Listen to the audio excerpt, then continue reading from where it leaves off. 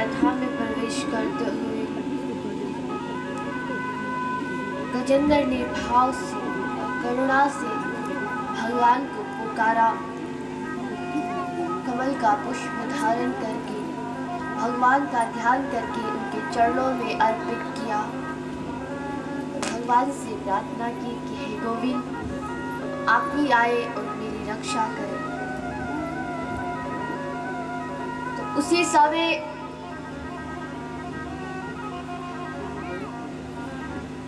भगवान गरुड़ पर सवार होकर आए। ग्राहक का सिर धड़ से अलग करके गजेंद्र को ग्राहक के चंगुल से मुक्त किया और ग्राहक का उद्धार किया। आज ग्राह ने गजेंद्र के पैर पकड़े थे, उसका चरण पकड़ा था और जल के भीतर घसीटने लगा। और गजेंद्र भगवान का भक्त था।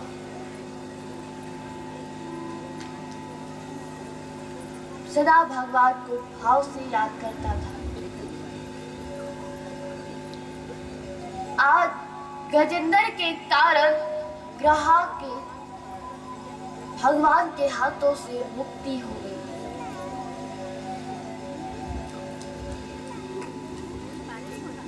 ये कहते हैं जो भगवान के भक्तों की शरण में आ जाता है, साधु संतों की शरण में आ जाता है, केवल एक बार उनकी शरण में आने से भगवान के भक्त जब कृपा करते हैं तो उसके ऊपर भगवान की कृपा होती है। तो आज गजेंद्र के कारण ग्राहक का भगवान के हाथों से उद्धार हुआ और गजेंद्र वहां से चला गया। सदा भगवान का ध्यान करता था। धीरे धीरे समय आया, गजेंद्र भी अपनी योनि से मुक्त होकर भगवान के चरणों में चला गया। इधर श्री परीक्षित जी महाराज ने श्री सुखदेव जी महाराज से पूछा कि हे प्रभु, देवता और दैत्य दोनों भाई भाई हैं, सदा झगड़ा करते, लेकिन आज वो दोनों मित्र कैसे बन गए? जो सदा झगड़ा करते आज वो मित्र कैसे बन गए? तो श्री सुखदेव जी महाराज ने कहा कि जब दैत्यों ने स्वर्ग पर विजय प्राप्त की तो उस समय सभी देवता भगवान नारायण की शरण में गए। भगवान नारायण ने कहा कि हे देवताओं, अगर आप दैत्यों के साथ मित्रता कर ले, असुरों के साथ मित्रता कर ले, तो आप दोनों मिलकर समुद्र मंथन करना, जिससे अमृत प्रकट होगा और अमृत का पान देवता लोग कर लेंगे, जिससे वो अमर हो जाएंगे और फिर कभी भी पराजित नहीं होंगे। सभी ने भगवान की बात स्वीकार की। देवता और असुर दोनों मिलकर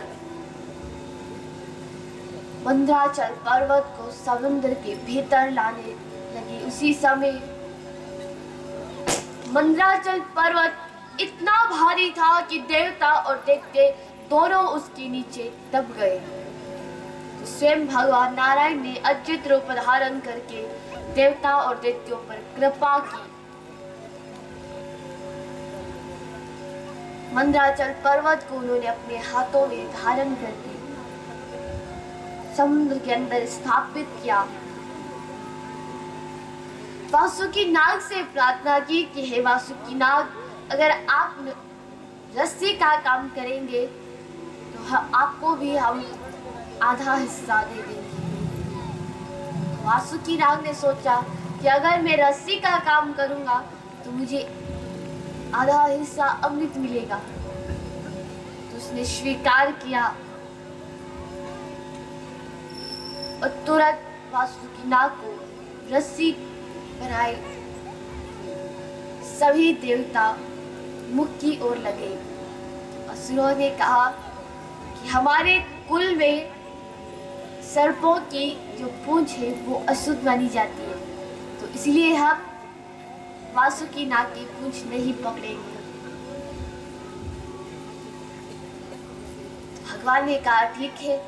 भगवान पूंछ की ओर लगे। सभी देवता भगवान के पीछे पीछे चले गए। असुरों ने मुख पकड़ा और जैसे ही देवता और असुरों में दोनों ने मंदराचल पर्वत का मंथन करने लगे, उसी समय वासुकी नाग के श्वासों द्वारा विष प्रकट हुआ और उसी विष से सारे असुर काले हो गए।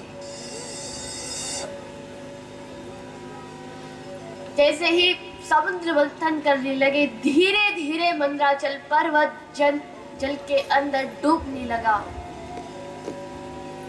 तो उसी समय भगवान नारायण ने कच्छप रूप धारण करके, कुंभ रूप धारण करके समुद्र के अंदर प्रवेश करके मंदराचल पर्वत को अपनी पीठ पर धारण किया। धीरे धीरे मंदराचल पर्वत ऊपर आया। सभी ने मंदराचल पर्वत का मंथन प्रारंभ किया। जैसे ही मंदराचल पर्वत घूमने लगा, उसी समय भगवान की पीठ पर खुजली होने लगी और उनको निद्रा आ गई।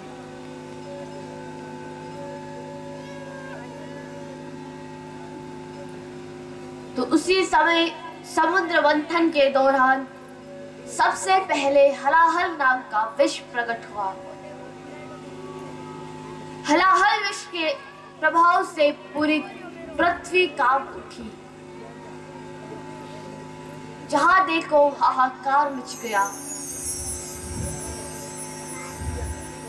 सभी देवता भगवान श्री शंकर जी की शरण में गए।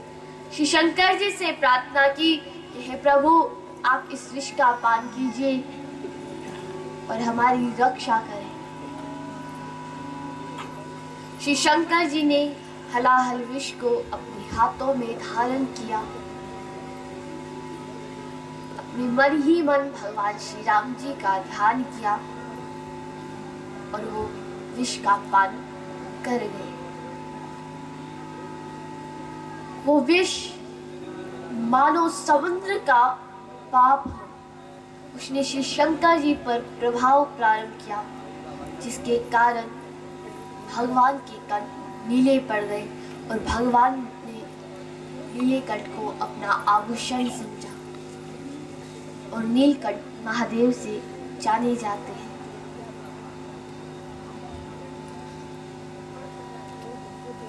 तो भगवान श्री शंकर ने विष का पान किया, देवताओं की रक्षा की। आज जैसे ही देवताओं ने और असुरों ने समुद्र मंथन प्रारंभ किया, तो 14 रत्न प्रकट हुए। सबसे पहले 5 कामधेनु प्रकट हुई। नंदा, सुभद्रा, सुरभि, सुशीला और बहुला। पांचों गौ माता इतनी बलशाली थी, इतनी शक्तिशाली थी, इतनी प्रभावशाली थी कि यज्ञ का सब सामग्री दिया करती थी। यहाँ तक कि पंच ऋषियों ने गौ माता को प्राप्त किया। उसके बाद उच्चेश्वर घोड़ा प्राप्त हुआ, जिसे दैत्यराज बलि ने लिया। ऐरावत हाथी प्रकट हुआ। इंद्र ने अपनी सवारी बनाई। कौस्तुभ मणि प्रकट हुई। भगवान ने अपने वक्षस्थल पर धारण किया। उसी समय कल्प वृक्ष प्रकट हुआ। देवताओं ने भगवान की आज्ञा लेकर कल्प वृक्ष को स्वर्ग में ले जाकर स्थापित कर दिया। अब असुरों को बड़ा क्रोध आया कि समुद्र मंथन से जो भी प्रकट होता है ये देवता ले लेते हैं। तो अंत में साक्षात मां भगवती लक्ष्मी जी का महालक्ष्मी प्रकट हुई। महालक्ष्मी इतनी सुंदर थी, उनके हाथों में वरमाला थी, इतना सुंदर उनका श्रृंगार और रूप था। तो सभी उन्हें देखकर मोहित हो गए। इंद्र ने मां लक्ष्मी को बैठने के लिए सिंहासन लेके आए। सब चाहते थे कि मां लक्ष्मी मेरी पत्नी बने। तो उसी समय भगवती लक्ष्मी ने देवताओं की ओर देखा तो कहा कि देवता सदा असुरों से पराजित होते हैं और उन्हें भगवान के ऊपर अहंकार है। जब दैत्यों की तरफ देखा तो कहा कि दैत्य बड़े, इनके हृदय में दया भी नहीं है, ये सबके साथ युद्ध करते रहते हैं। तो फिर श्री शंकर जी की ओर देखा तो कहा कि श्री शंकर जी जल्दी क्रोधित हो जाते हैं। तो सबके ओर देखा, ऋषियों की तरफ देखा, देवताओं की तरफ देखा, असुरों की तरफ देखा, सबकी तरफ देखी। मां लक्ष्मी ने जब देखा तो कुछ ना कुछ उनमें कमी दिखाई दी। अब जैसे ही मां लक्ष्मी की नजर भगवान विष्णु पर गई तो कहा कि भगवान विष्णु ना तो अपनी शक्तियों पर अहंकार करते हैं, ना उन्हें क्रोध आता है। वो दया के सागर है, करुणा निधि है। तो इसलिए मां लक्ष्मी भगवान नारायण के पास आई। भगवान नारायण के गले में वरमाला डालकर उन्हें अपने पति के रूप में प्राप्त किया। भगवान ने मां लक्ष्मी के साथ विवाह किया। अंत में सभी देवता और असुरों ने सबने मिलकर भाव से समुद्र मंथन प्रारंभ किया। अंत में समुद्र मंथन के दौरान स्वयं भगवान ने धन्वंतरी का रूप धारण करके अमृत का कलश लेकर प्रकट हुए। जैसे ही भगवान धन्वंतरी के रूप में आए तुरंत असुरों ने भगवान धन्वंतरी से अमृत का कलश छीन लिया। असुरों में युद्ध होने लगा कि सबसे पहले मैं पीऊंगा, मैं पीऊंगा। तो देवताओं ने भगवान की शरण ली। भगवान ने सुंदर मोहिनी के रूप में स्त्री का रूप धारण किया। मोहिनी भगवान कहलाए। सुंदर भगवान का रूप था, सुंदर भगवान ने श्रृंगार किया। असुर जैसे ही भगवान मोहिनी को देखने लगे मोहित हो गए और कहने लगे कि हे देवी, आप कहां से आई, कौन है, किसकी पुत्री है और यहाँ पर क्यों आई। फिर कहा कि हमारे बीच में जो युद्ध हो रहा है आप उसे मिटा दीजिए। भगवान मोहिनी भगवान ने कहा कि हे असुरों, मैं आपका झगड़ा मिटा दूंगी, लेकिन सबसे पहले मैं देवताओं को अमृत पिलाऊंगी, उसके बाद असुरों को। देवता लोग इतने मोहित हो गए भगवान के रूप को देखकर कि ये भी नहीं समझने लगे कि भगवान ने अपनी माया रची। आज भगवान ने स्त्री का रूप धारण किया और उनके रूप को देखकर उनकी माया में सभी असुर मोहित हो गए। और इसी प्रकार भगवान हमें इसी संसार में माया के बीच में हम फंस जाते हैं। हम माया के अंदर इतने खो जाते हैं कि भगवान को भी भूल जाते हैं, भगवान को भी पहचानने से इनकार कर देते हैं। क्योंकि आज असुर इतने मोहित हो गए भगवान की माया में कि वो ये भी नहीं समझने लगे कि भगवान ने माया रची।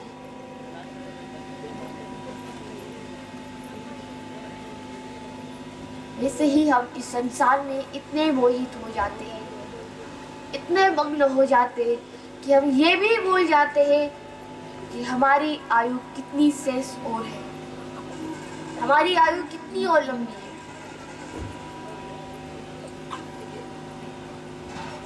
हम सोचते हैं हमारी आयु बहुत लंबी है,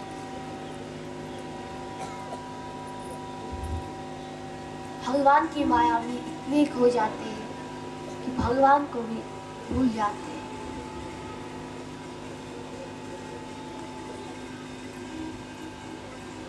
जब किसी का जन्मदिन आता है तो कहते हैं कि आज वो 15 साल का हो गया, 17 साल का हो गया।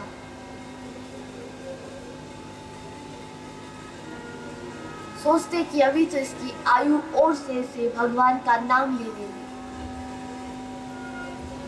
पता नहीं कब हमारी आयु कम हो जाए।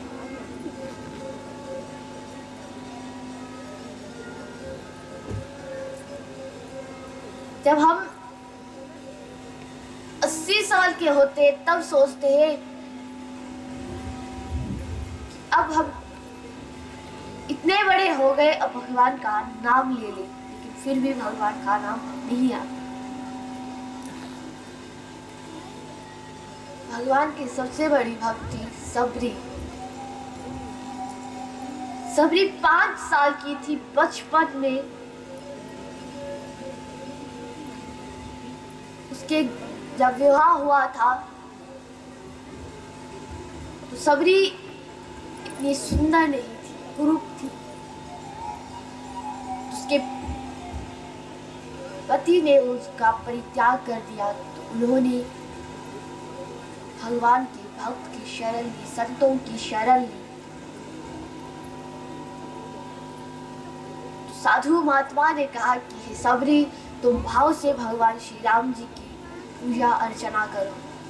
तो सबरी ने कहा कि महाराज, मैं तो नीच जाति को मैं कैसे करूं? तो कहा कि केवल अपने हृदय में भगवान का नाम लो,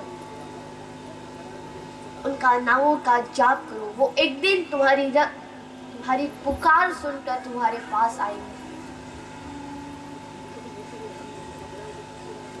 तो आज सबरी बचपन में उसने सीखा था और बचपन से उसने इंतजार किया कि भगवान एक दिन ना एक दिन मेरी पुकार सुनकर अवश्य आएंगे। एक दिन ना एक दिन वो मेरी करुण पुकार सुनेंगे।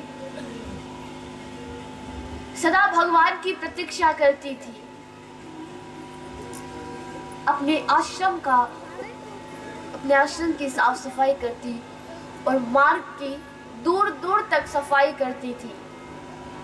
वन से बेर लाया करती थी, पुष्प लाया करती थी।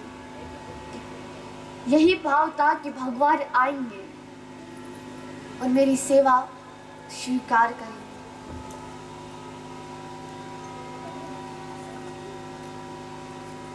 सबरी बचपन से इंतजार करने लगी, लेकिन जब बूढ़ी हो गई, सफेद बाल आ गए, लेकिन फिर भी वो ये नहीं भूली कि भगवान आएंगे नहीं। केवल एक ही भाव था कि भगवान मेरे द्वार जरूर आएंगे। सदा आश्रम की साफ सफाई करती, दूर दूर तक मार्ग को साफ करती,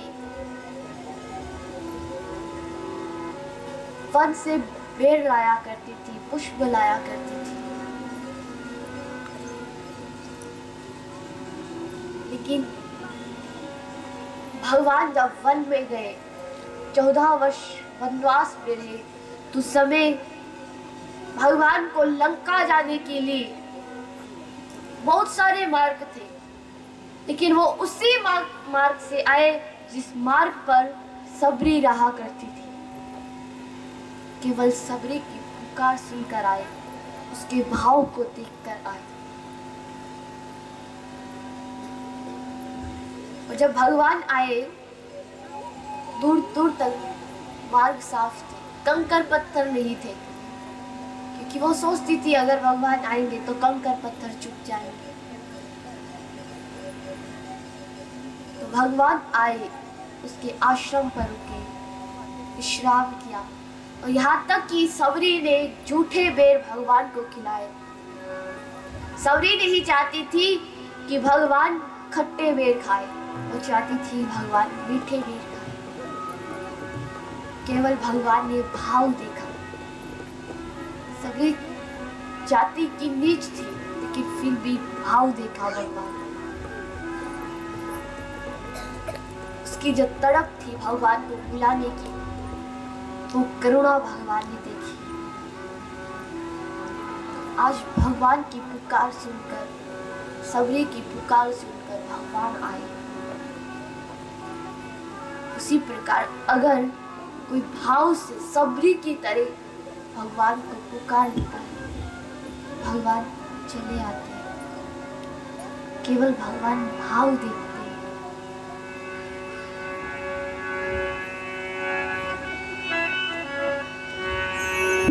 चित्रकूट की घाट घाट पर भिलनी जोवे बाट राम मेरे घर आना।